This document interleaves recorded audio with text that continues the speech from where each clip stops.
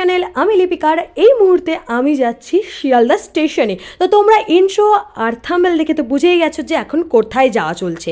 তো আগের দিন আমার বন্ধু সুনিপা চলে এসেছিলো মাসিবাড়ি, তো আমরা উবের বুক করে ঠিক 5:30 নাগাদ বেরিয়ে পড়ছি শিয়ালদা যাওয়ার জন্য। ঘুরতে যেতে কার না ভালো লাগে, আর সেটা যদি বছরে 2-3 বার হয় আরও যেন বেশি ভালো হয়। আর এই একই একঘেয়েমি জীবন থেকে একটু বেরোতে চাইছিলাম, তো বেরিয়েও পড়েছি। তো এখন চলে যাচ্ছি শিয়ালদা স্টেশনে। 6:50 আমাদের ট্রেন। আমরা দুজন তো খুবই এক্সাইটেড ছিলাম। আমাদের থোবড়া দেখেই তোমরা বুঝতে পারছো যে কি পরিমাণে মজা হবে এই ভিডিওতে। তো ভিডিওটা কিন্তু লাস্ট অবধি দেখতে হবে। এই ভিডিওতে তোমরা যেমন ইনফরমেশনও পাবে, প্লাস পাবে কিভাবে আমরা বন্ধুরা মজা করতে পারি। তো সেটাই তোমাদের সাথে শেয়ার করার জন্যই তো এই ব্লগ। চলো আগে শিয়ালদা স্টেশনটা পৌঁছে যাই। শিয়ালদা স্টেশন দেখতেই পাচ্ছ, কাছাকাছি চলেও এসেছি। 5:42 বাজে। শিয়ালদা স্টেশনটাও কিন্তু দেখা যাচ্ছে। উবেরে যেতে যেতে আমাদের হুট করে মনে হলো যে আমরা লিপস্টিক পরিনি, তাই জন্য আমরা বসে বসে লিপস্টিক পরে নিলাম। আর আমরা ঢুকেও গেছি শিয়ালদা স্টেশনে। তো চলো। আমরা দুজন কিন্তু একা যাচ্ছি না, আমাদের সাথে বড় একটা টিম আছে, আর ওরা এখনো পৌঁছায়নি। তার জন্য আমরা দুজন এখানে সেলফি তুলছিলাম। দেখা এদিকে দেখা, এই যে এরা চলে এসছে আপাতত। আরো কিছু জন এখনো এদেরকে দেখা যাচ্ছে না।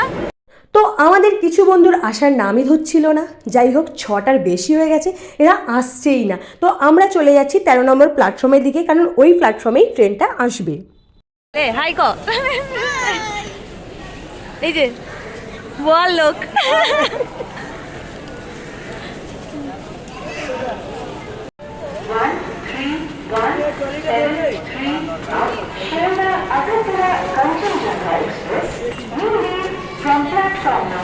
আস্তে আস্তে আস্তে।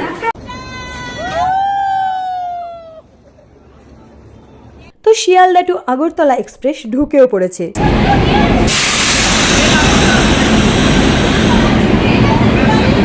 তো ট্রেন ঢুকে পড়ার পরেই আমরা এখানে দাঁড়িয়ে দাঁড়িয়ে কিছু ফটো তুলে নিই, কারণ গ্রুপ ফটো তোলাটা মাস্ট যাকে বলে। আর দেখতে পাচ্ছ এত এত ট্রলি, মানে কত কিছু নিয়ে যাচ্ছি আমরা ঘুরতে যাওয়ার জন্য। তো অনেকক্ষণ দাঁড়ালাম, তারপরেও আমাদের আর দুজন পাবলিক এখনো এসে পৌঁছায়নি। তো ট্রেন তো অনেকক্ষণ আগেই চলে এসেছে, আমরা এখানে কাউতালি করছিলাম। যাই হোক, এবার আমাদের ট্রেনে উঠতে হবে। আমরা যাচ্ছি 13173 শিয়ালদা আগরতলা কাঞ্চনজঙ্ঘা এক্সপ্রেসে করে। আর সকালবেলা ছাড়ে 6:55-তে। সপ্তাহে মঙ্গলবার, বৃহস্পতিবার, শুক্রবার আর রবিবার করে এই ট্রেন ছাড়ে। আর আমরা উঠে পড়েছি স্লিপার কোচে। আমাদের বুক ছিল স্লিপার কোচে। তো আমরা চলে যাচ্ছি এই মুহূর্তে নর্থ বেঙ্গলের দিকে। আর আমাদের ট্রেন ছেড়েও দিয়েছে। আমরা হয়তো পৌঁছাবো 5:30 নাগাদ দেখাচ্ছে, কিন্তু জানি না কতটা কি লেট হতে পারে। আর দেখতেই পাচ্ছ এটা হলো আমাদের গ্রুপ। আর গ্রুপে ঘুরতে আসলে যে কি মজাটা হয় সেটা কিন্তু এই ভিডিওতেই তোমরা দেখতে পারবে।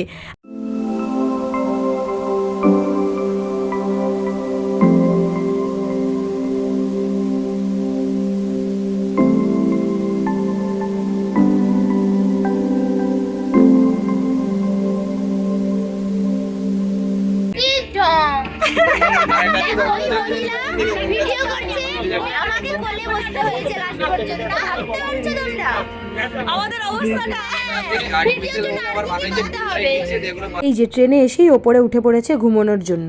এই যে ঢঙ্গি ঢং করছে এখন। আর এই যে ফটোগ্রাফার।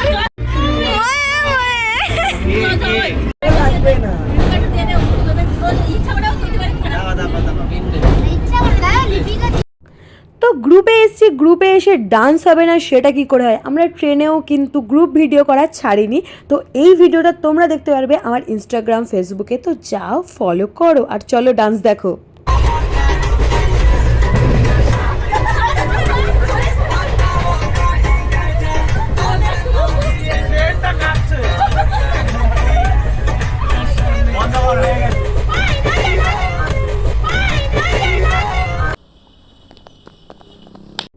এই ট্রেনটি এখন এই মুহূর্তে একদম টাইমেই চলছে। জানি না কতটা টাইমে চলতে পারবে। দক্ষিণেশ্বর ছাড়িয়ে, ডানকুনি ছাড়িয়ে আমরা চলে যাচ্ছি বর্ধমানের দিকে। সকাল থেকে তেমন কারোরই কিছু খাওয়া নেই, তো তারপরেই আমরা চাল ভাজা বের করে সবাই মিলে এবার গেলাস শুরু করলাম।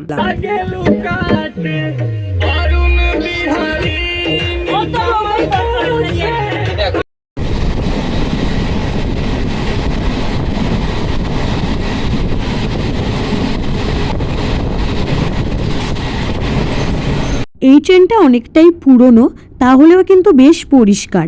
যাই হোক, টয়লেটটা এবার দেখে নিই একবার। তো টয়লেটটা যা দেখলাম এখন আপাতত পরিষ্কার আছে। ভেতরে একটা বেসিন দেওয়া, বাইরে আর একটা বেসিন দেওয়া, আর এখানে একটা মিরর দেওয়া, হ্যান্ড ওয়াশও আছে ব্যবস্থা। আদা ফেলে দিল, প্রচুর ঝাল। ভাল লাগবে, খা আস্তে আস্তে খা। এটা অভ্যাস হয় সকালবেলা পেট জ্বালা করবে না। পয়েন্ট জ্বালা করবে, পয়েন্ট জ্বালা করবে। তাহলে রেখে দে, আমি অন্যটা বার করেছি।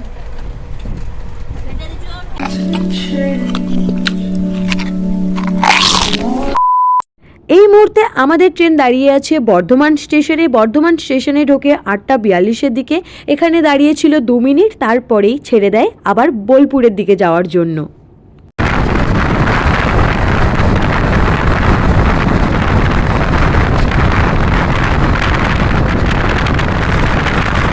নটা 47 বাজে আমরা পৌঁছে গেছিলাম বোলপুর স্টেশনে। এখানে দাঁড়িয়েছিল 2 মিনিট। শসা খাবি না? আমার মুখে থুতু। আমি খাইতে পারি, হাত পা লাগাই।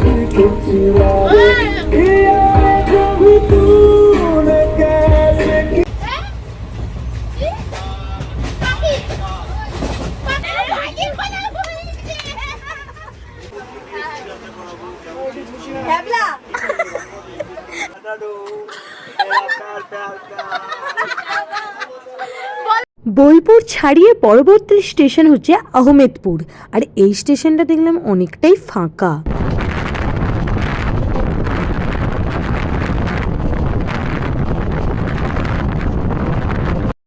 এই ট্রেন কিন্তু একদম লেট দেখছি না, জানি না পরে কি হবে। আমরা 11:37 নাগাদ পৌঁছে যাই মুরারাই স্টেশনে, আর এখানেও 2 মিনিট দাঁড়িয়েছিল। আমাদের জার্নিটা বেশ ভালোই চলছে, বেশ খাওয়া দাওয়া মজ মস্তিতে। আমরা 1টা নাগাদ পৌঁছে গেলাম ফারাক্কা ব্রিজে, আর ফারাক্কা ব্রিজের একদিকে ছিল এরকম রোড রাস্তা, আরেক দিকে ছিল গেটগুলো শুধু দেখো।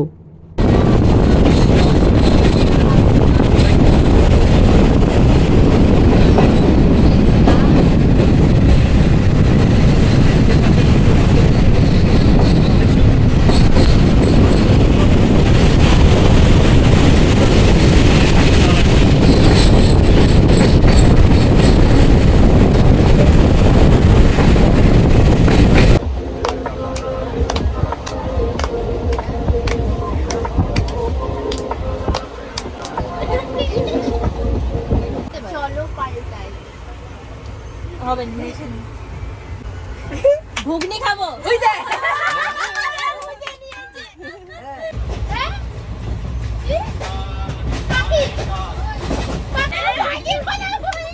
এরপরেই আমরা ঢুকে যাচ্ছিলাম মালদার দিকে, আর মালদা ঢুকে যাওয়া মানে আমের বাগানে পুরো ভরপুর। কি যে সুন্দর লাগছিল ট্রেন থেকে দেখতে।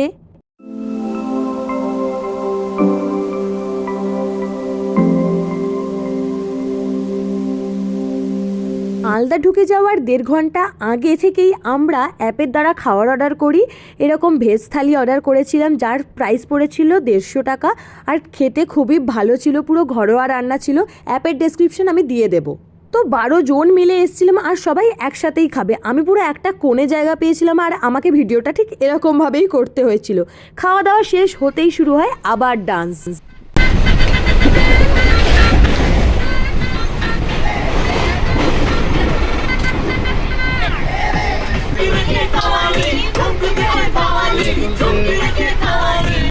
বারো 13 ঘন্টার জার্নিটা যেন খুব তাড়াতাড়িই শেষ হয়ে গেল। এত আনন্দ, এত মজা, এত নাচানাচি যাকে বলে। যাই হোক, বন্ধুদের সাথে এলে ট্রিপটা বেশ ভালোই কাটে। ওয়েদারটা বেশ ভালো ছিল, কিন্তু আস্তে আস্তে ওয়েদারটা খারাপের দিকে চলতে শুরু করে। বেরোনোর সময় দেখে এতটাই ভিড়, মনে হচ্ছিল সারা কলকাতা এখানেই চলে এসছে। দেখতে পাচ্ছ কতটা ভিড়। যাই হোক, আমাদের তো এবার বেরোতে হবে। আর আমরা সারাদিন এত ভালো ওয়েদারে আসার পরেও তারপরে এসেই দেখি এখানে বৃষ্টি শুরু হয়ে গেছে। মানে আমাদের জার্নিটা স্টার্ট হলো ভালো দিয়ে, কিন্তু পৌঁছালাম এরকম বৃষ্টিতে।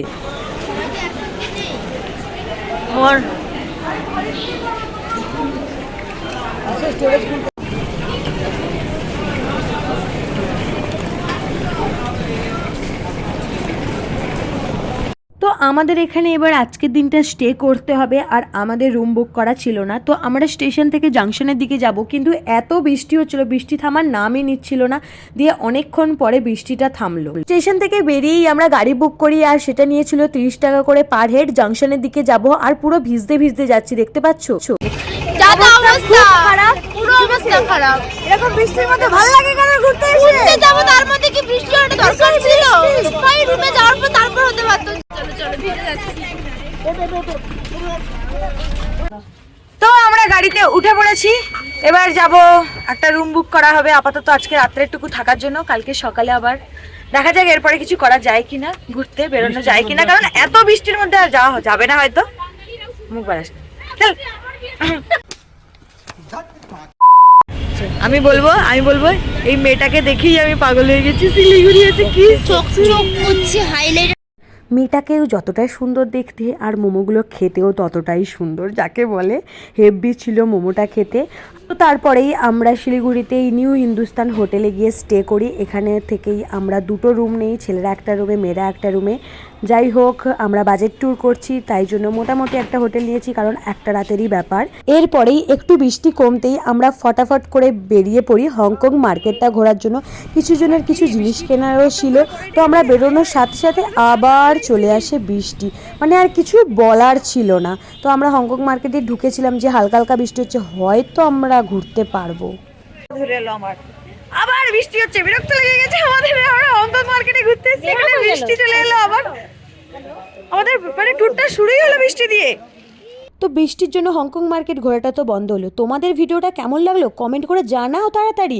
আর আমার চ্যানেলটা সাবস্ক্রাইব করে দিও যারা এখনো সাবস্ক্রাইব করোনি, আর বেল আইকনে ক্লিক করে দিও। চলো টাটা, দেখা হচ্ছে পরের ভিডিওতে।